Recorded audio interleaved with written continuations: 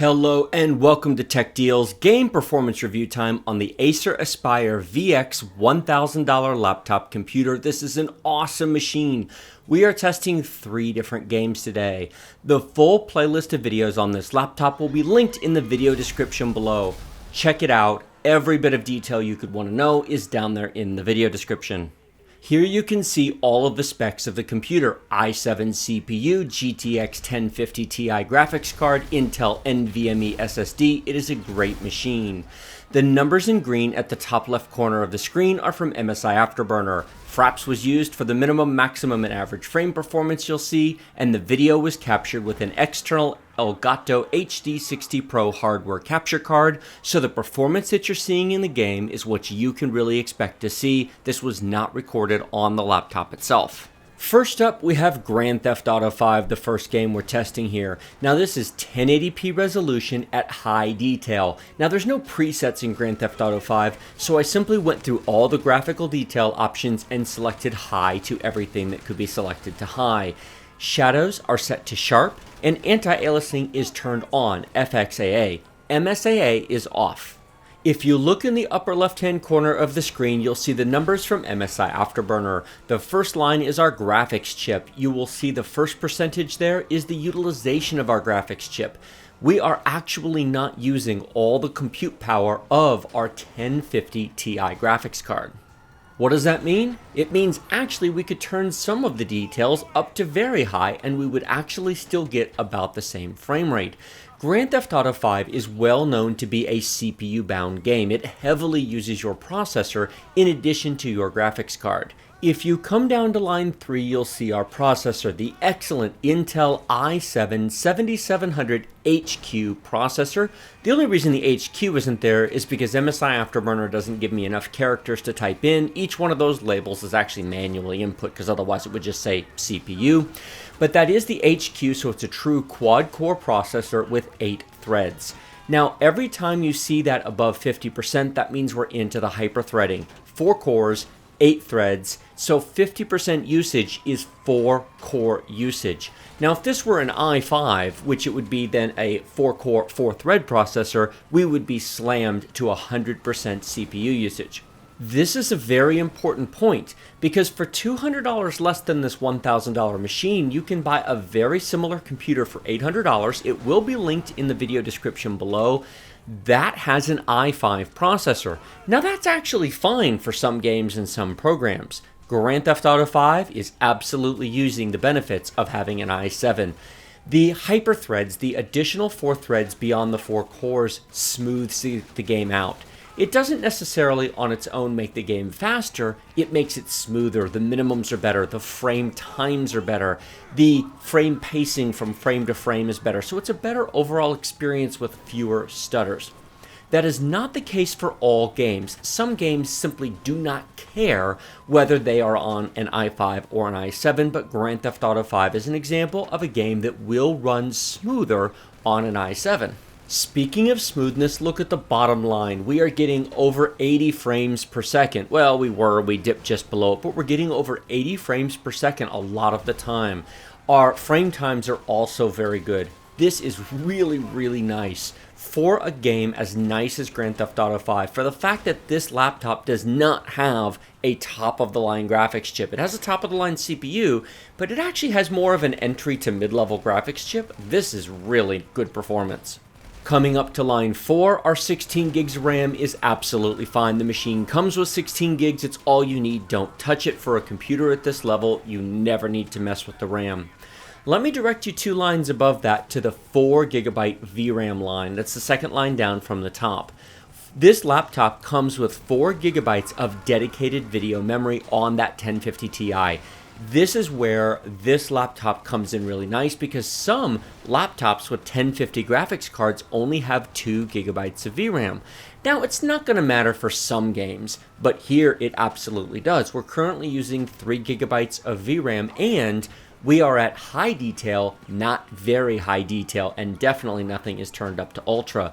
If you were to turn every detail setting up to the max in this game, the frame rate would dip a bit and your VRAM usage would end up in about the 3.3 to 3.5 gigabyte range, and that's definitely where you're going to need that for. So you don't want to have 2 gigabytes of VRAM in a gaming laptop in 2017. Now I want to draw your attention to the top of the screen again with the graphics chip usage. Notice we're currently at 86-89%. We are not using all of the graphics chip's capabilities, and in fact, while the graphics chip is auto-boosting itself to over 1700 megahertz, which is really nice for a laptop graphics chip, notice the temperature is a very cool 67 degrees Celsius. If you look at the CPU temperature, you'll notice that's not the case. This CPU is cooking hot at 95 degrees Celsius. Why is it so hot?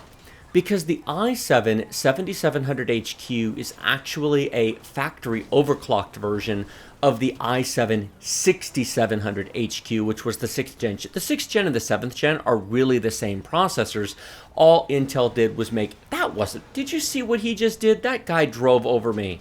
Ugh, I'm going to have to at least shoot out his tires. In any case, the 7700 runs at a higher clock speed, but it's really the same chip. When it really comes down to it, clock for clock, it's the same processor. And so what Intel did to have a new processor is they simply ramped the clock speed up. Now this is a benefit. In a CPU-bound game such as Grand Theft Auto 5, that higher clock speed absolutely gives us better performance. The downside is this chip runs very hot. I would also like to point out that the fans on this laptop are audible when you're playing games. Now, when you're just browsing the web, when you are watching YouTube videos, even multitasking outside of gaming, the laptop is completely silent. You'll never hear a thing. But right now, where you see this game being played and the CPU temperature where it's at, the cooling fans inside the laptop are definitely audible. You're going to want to play with headphones on a computer like this or move the machine away from you, because otherwise, well, to be blunt, the fans are loud. The CPU performance leads me back to that $800 model with the i5 7300HQ processor for $200 less. That processor has a turbo clock speed 300 megahertz less than this one, and it would run a bit cooler. The clock speed is lower, it doesn't have the hyperthreading, and so it's going to run a bit cooler. It will also run slower in a CPU-bound game such as Grand Theft Auto 5. Not only is the lack of hyperthreading going to impact performance, stop that, but the lower overall clock speed will actually affect it just as much.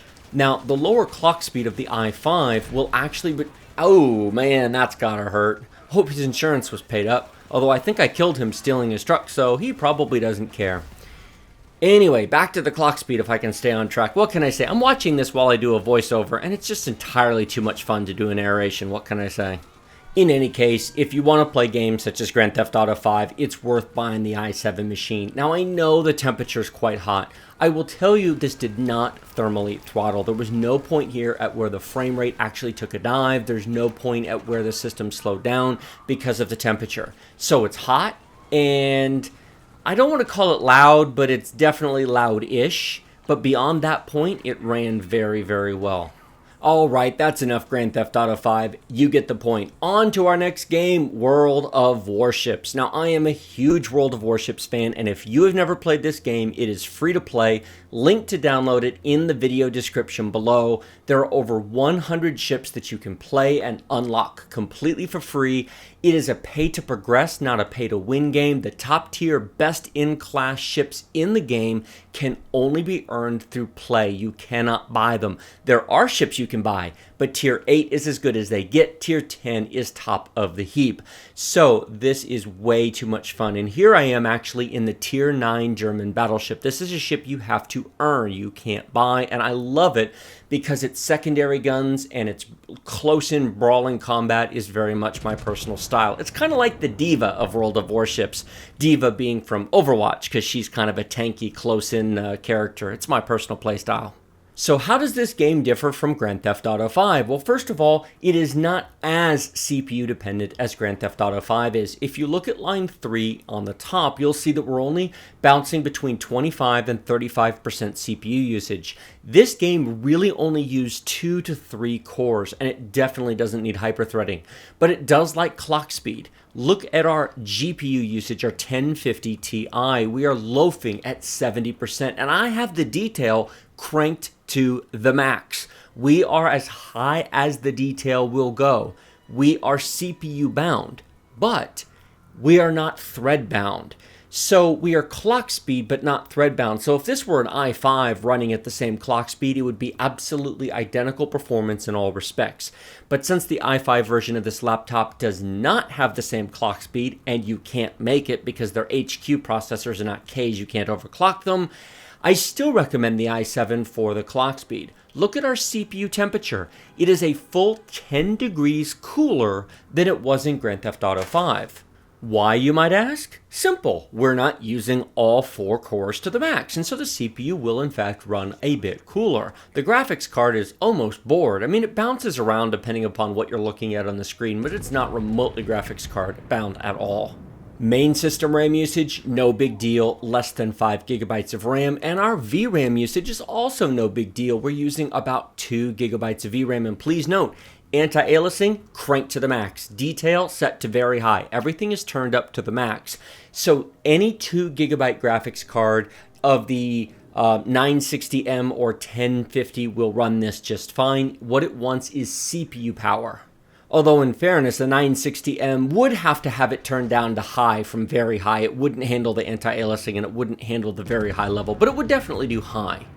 This game is entirely too much fun, especially when you get some really nice damage hits on people. As I said, free to play, download it, you start at tier 1, you advance through the first 3 tiers fairly quickly. Beyond that, then it starts slowing down a bit, and it's definitely grindy in the last half of the game beyond tier 5 if you are completely free to play. That being said, there are a lot of ships to unlock before you get to that level, and you'll have dozens of hours into it before you ever have to decide to spend a dime. So download it, play it for 5 to 10 hours, see if you even remotely like it. If you do, great. Well, maybe you want to subscribe to it and throw a little bit of money their way, and if not, hey, that's okay too, but it is a lot of fun. And that brings us to our final game for this video, League of Legends. Of course League of Legends plays fine. This computer is ridiculously overpowered for League of Legends. So why in the world am I including it? Not everybody knows that. I know it, and many of you watching this will know it and go, what in the world is League of Legends doing here? Well, it's third for a reason. But not everybody knows what League of Legends really requires. I mean, you know once you know, it'll play on anything. However, until you know that, well, you don't. So just for the sake of posterity, I will point out the numbers. We are at 32-35% graphics card usage, completely trivial. VRAM usage, less than half a gigabyte of VRAM.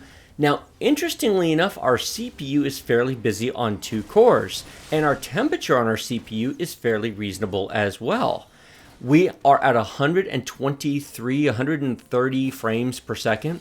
Now for detail settings, everything's cranked to the max. Anti-aliasing is turned on, 1080p, very high. Everything is set as beautiful as it will go. Frankly, what more do you need? We're at 120 frames a second with a frame time of 7 to 8 milliseconds. This thing is absolute perfection. Now, most other MOBAs, most other massive online battle arenas such as this will perform very, very similar.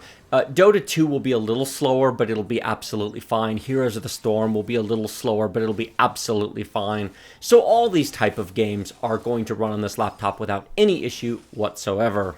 All right, that's enough jibber jabber. Let's go take a look at the results. Grand Theft Auto 5, high detail, 79 frames per second average, max of 106, a minimum of 51. That is awesome performance. For a laptop at this price point with the hardware that's included, that is great. World of Warships, 60 frames per second average. This World of Warships is actually not as optimized, believe it or not, as Grand Theft Auto 5 is. It's a free-to-play game, what can I say? But it plays well enough. That 36 frames per second, I challenge you to find it in the brief snippet. Now, I recorded the entire match. I didn't show it to you, but the reality is that's only a handful of frames. It's fairly smooth 99% of the time. League of Legends, of course it's perfect, 136 frames per second.